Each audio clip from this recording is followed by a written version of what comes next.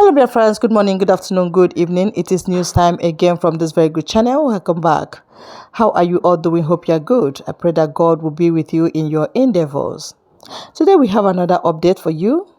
And I want you to, after listening to it, you drop your opinion and suggestions you have so that Biafra will be free. And that's just it. Okay, let's go there. On religious freedom accuses Tinubu's government, state governors in Nigeria, of tolerating attacks on Nigerian Christians. Now, before you begin to say that the United States is accusing Tinubu and his government and the state governors, okay, for nothing, let me draw your attention to what happened on the 24th day of December 2023. I woke up the following day to see the tweet from the Prime Minister of Bulgaria, Prime Minister of Hungary, Prime Minister of Italy, and other nations of the world condemning the attack on Plateau State community that were, attacked, and they killed 135, okay, right? Yeah, 135 Christians were killed on that Christmas Eve. Now, the issue and complications behind the killing is what triggers a lot of people. For example, now, let me remind you that there was a notice of that attack. They wrote a letter, meaning the terrorists. They wrote a letter that they are coming to attack you people. The letter was circulated online. The security agencies got the intel. Now, after that, on the day of the attack started, according to them, on the 23rd day of December. The attack happened 23, 24, 25, 26, 4 consecutive days. They said they put 33 different missed calls on the military. Nobody came to their rescue. They massacred them, they burned their houses. But it's so unfortunate that on the 27th day of December, the whole governors, including the Plateau State governor, they all traveled to Lagos to meet Tinubu in his house and celebrate Christmas with him. This is so terrible. So when the international community accused Tinubu government or governors, do not just take side or come quick on them to tell them that they don't know that they should focus on their country. No.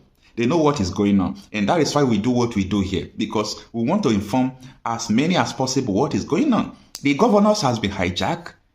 They have been bribed. There is a power that is above them that if they do anyhow, they can remove them out of office. You just see what is going on in Rivers State. So, the presidency controls everything. And Tinubu promised that he will never fight insecurity before his election. He told this Aisha Mohammed, and she came to the national television to tell the whole world that this is what Tinubu said. So all these things is an indication of a failed state. Nigeria is a failed state. There is no doubt about that. There is nothing working in this country. It's only people who are pretending that continue to push, and it's getting back on them, okay? It's hitting them one after the other. You remember the other day, Joseph Okado was crying in the Senate that after everything he did, they call him criminal. Yesterday, they walked out because he wanted them to honor the hero of June 12. You have been hearing about June 12, June 12.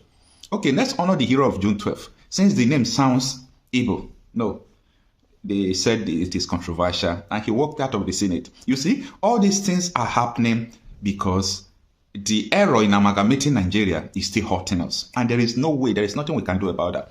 When the foundation is destroyed, there is nothing you can do.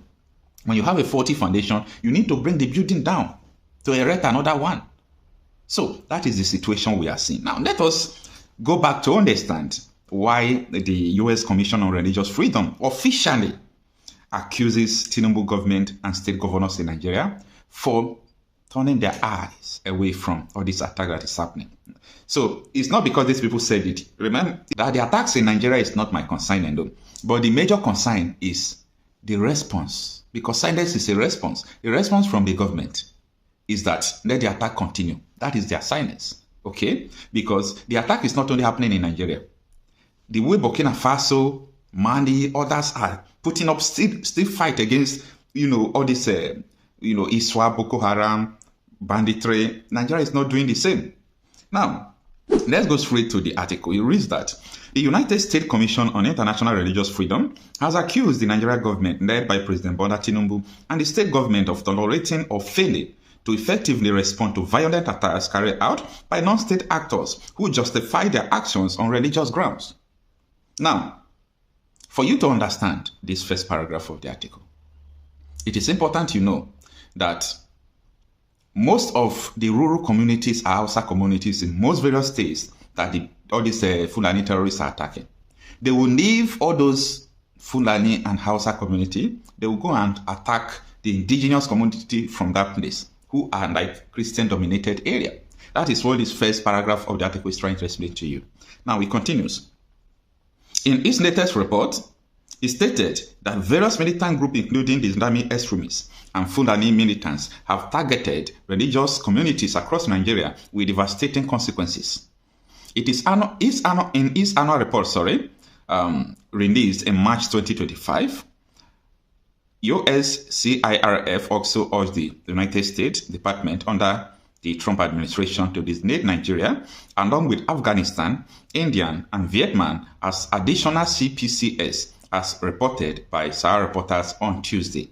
Okay? The report also recommended that 12 countries be designated as CPCS, including Burma, China, Cuba, Eritrea, Iran, Nicaragua, North Korea, Pakistan, Russia, Saudi Arabia, Tajikistan, and Turkmenistan. Now, the US stand about all these things is that they are saying that the United States is a Christian country, for example, and their constitution is based on Christian values. But their constitution gives everybody in the US right to worship any kind of God you want to worship. That is religious freedom. So if the United States, who is a totally Christian country, can allow you build your mosque, can allow you worship with whoever you want to worship and still protect you, what happens to others? Why can't you protect others in your state? You come to US, we protect you as a Muslim. We give you free level feed. Some of them are even in the legislature, no problem. But in your country, you don't allow people to even breathe and drink water. So for people to understand where all this thing is coming from, this is the angle it is coming from. Now, the commission also called for the redesignation of Boko Haram and Islamic State in West African province, ISWAP, also known as ISIS West Africa, as entities of particular concern, alongside 6 other groups, Al-Shabaab, and so many of them like that. Okay. Now, the report states in 2024, the condition for religious freedom in Nigeria remain poor. Okay. Now, the article continues. Okay. The federal and state government continue to tolerate attacks or fail to respond to violent action by non-state actors who justify their violence on religious grounds. These actors include Boko Haram, ISWAP, and so on and so forth. Now, the article continues, but the important part of the articles is what I've extracted, and that is what I want to use to analyze, the report from the United States. And it is so annoying, so annoying. Now, let me just not take you far. Last week here, a local government chairman from Enugu State, after the Fulani attacks, raping women, killing the only son of a widow in the university, and people were protesting, a local government chairman who was sent by the governor, Peter Mbah, came to the national television and told them that there is nothing like attack. It's unacceptable. And after the local government chairman made that assertion, do you know what happened? So our reporters and their crew went there. They could not behold the scene because of the fear of attack. They were hearing Fulani terrorists, both their gunshot, everything there.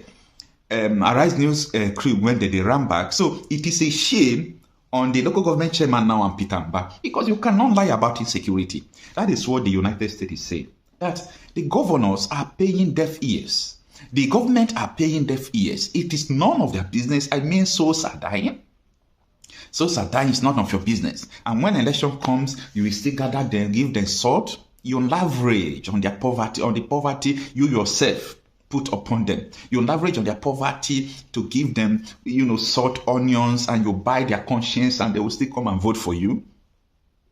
It is catastrophic. And we must continue to understand that this nation cannot work like this. I know that election will come and go. Election 2027 is coming, and people will still vote.